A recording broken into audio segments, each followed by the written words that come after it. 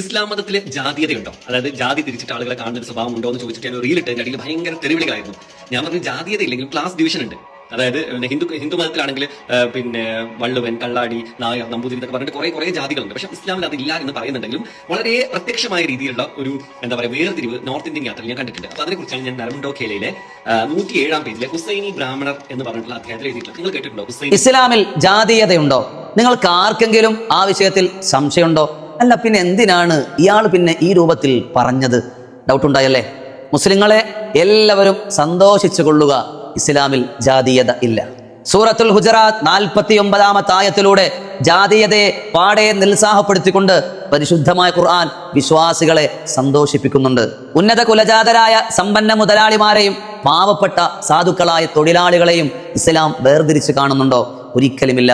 ഒരിക്കൽ പ്രമാണിമാർ മുത്തുനബിയുടെ ചാരത്തിലേക്ക് വരും, നബിയെ ഞങ്ങളെല്ലാം ഇസ്ലാമിലേക്ക് വരാം, ഒരൊറ്റ ഡിമാൻഡ് മാത്രമേ ഉള്ളൂ, സാധുക്കളായ പാവപ്പെട്ടവരെ ഒന്ന് മാറ്റി നിർത്തണം, ഞങ്ങളുടെ കൾച്ചറിനോട് സംസ്കാരത്തോട് അവർ ചേരില്ല നബിയെ. ഇത് പറഞ്ഞിരിക്കുന്ന സമയത്ത് ഉമ്മ മഖ്ദൂം എന്ന കണ്ണു കാണാത്ത അടിമയായ പാവപ്പെട്ട സ്വഹാബി നബിയുടെ ചാരത്ത് വന്ന് സലാം പറയും. നബി തങ്ങൾ ആ സമയത്ത് ഒരല്പം ഒന്ന് മുഖമൊന്ന് ചുളുക്കും. ഇപ്പോ ആ സ്വഹാബി വരണ്ടായിരുന്നല്ലോ, ഇവരൊന്ന് പോയിട്ട് വന്നാൽ മതിയായിരുന്നല്ലോ. ഈ സ്വഹാബി ഒഴിവാക്കാനാണ് ഇവർ ആവശ്യപ്പെടുന്നത്. ആ സമയത്ത് അല്ലാഹു തആല ആയത്തിറക്കുന്ന പുന്നാര ഹബീബേ, ഈ വന്ന മുതലാളി വർഗത്തിനു വേണ്ടി പാവപ്പെട്ട ആ സ്വഹാബിയെ തങ്ങൾ വേദനിപ്പിക്കരുത്, വിഷമിപ്പിക്കരുത്, മാറ്റി നിർത്തരുത്. ഇതാണ് ഇസ്ലാം പഠിപ്പിക്കുന്ന സമത്വത്തിന്റെ, സാഹോദര്യത്തിന്റെ സിദ്ധാന്തം. വർണ്ണവിവേചനം പരിശുദ്ധമായ ഇസ്ലാമിലുണ്ടോ? കറുത്ത വർഗത്തിൽപ്പെട്ട അടിമയായിരുന്ന ബിലാൽ തങ്ങളെ അള്ളാന്റെ റസൂൽ ചേർത്തിരുത്തി. കൂടെ ഇരുത്തിയത് ആരെയാണ്? പേർഷ്യക്കാരനായ സൗന്ദര്യത്തിന്റെ വല്ലാത്ത പ്രഭയുള്ള സൽമാൻ ഫാരിസി തങ്ങളെയാണ്. ഒന്നിച്ച് ഒരേ പാത്രത്തിൽ ഭക്ഷണം കഴിപ്പിച്ചില്ലേ?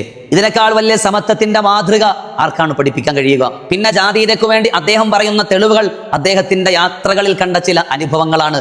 വ്യത്യസ്തങ്ങളാകുന്ന മുസ്ലിം നാമധാരികളുടെ ആരാധനക്രമങ്ങൾ വെച്ചിട്ടാണ് ഇസ്ലാമിനെ അളക്കുന്നത്. പ്രിയമുള്ള സഹോദര, ഖുർആൻ, ഹദീസ്, ഇജ്മാ, ഖിയാസ്, ഇതിന്റെ അടിസ്ഥാനത്തിലാണ് പരിശുദ്ധമായ ഇസ്ലാമിന്റെ നിയമങ്ങളെ നമുക്ക് മനസ്സിലാക്കാൻ കഴിയുന്നത്. ഇവിടെ എവിടെയും ഈ പറയപ്പെട്ടതില്ല. പിന്നെ ഏതെങ്കിലും മുസ്ലിങ്ങൾ കള്ളുകുടിച്ചാൽ അത് ഇസ്ലാമിന്റെ സംസ്കാരത്തിൽ പെടുമോ? ഏതോ നാട്ടുകാർ, ഇസ്ലാമിനെ മനസ്സിലാക്കാത്തവർ, ഇസ്ലാമിനെ പഠിക്കാത്തവർ, ഉൾക്കൊള്ളാത്തവർ, മുസ്ലിം നാമധാരികളായിരിക്കെ എന്തെങ്കിലുമൊക്കെ പ്രവർത്തനങ്ങൾ ഏർപ്പെടുകയോ ചെയ്യുകയോ ഏതെങ്കിലുമൊക്കെ ആരാധനാ വിഷയങ്ങൾ പ്രവർത്തിച്ചാൽ അതൊക്കെ ഇസ്ലാമുമായി ബന്ധപ്പെടുത്താൻ സാധിക്കുമോ? അതൊന്നും ഇസ്ലാമിൽ പെട്ടതല്ല. അതവരുടെ നാട്ടു സംസ്കാരം മാത്രമാണ്. അതല്ല ഇസ്ലാം. ഈ പറഞ്ഞതാണ് ഇസ്ലാം. ഇവിടെ ജാതീയത ഇല്ല, വർഗീയത ഇല്ല, വിഭാഗീയത ഇല്ല, വർണ്ണവിവേചനം ഇല്ല, സമത്വം മാത്രമാണ്.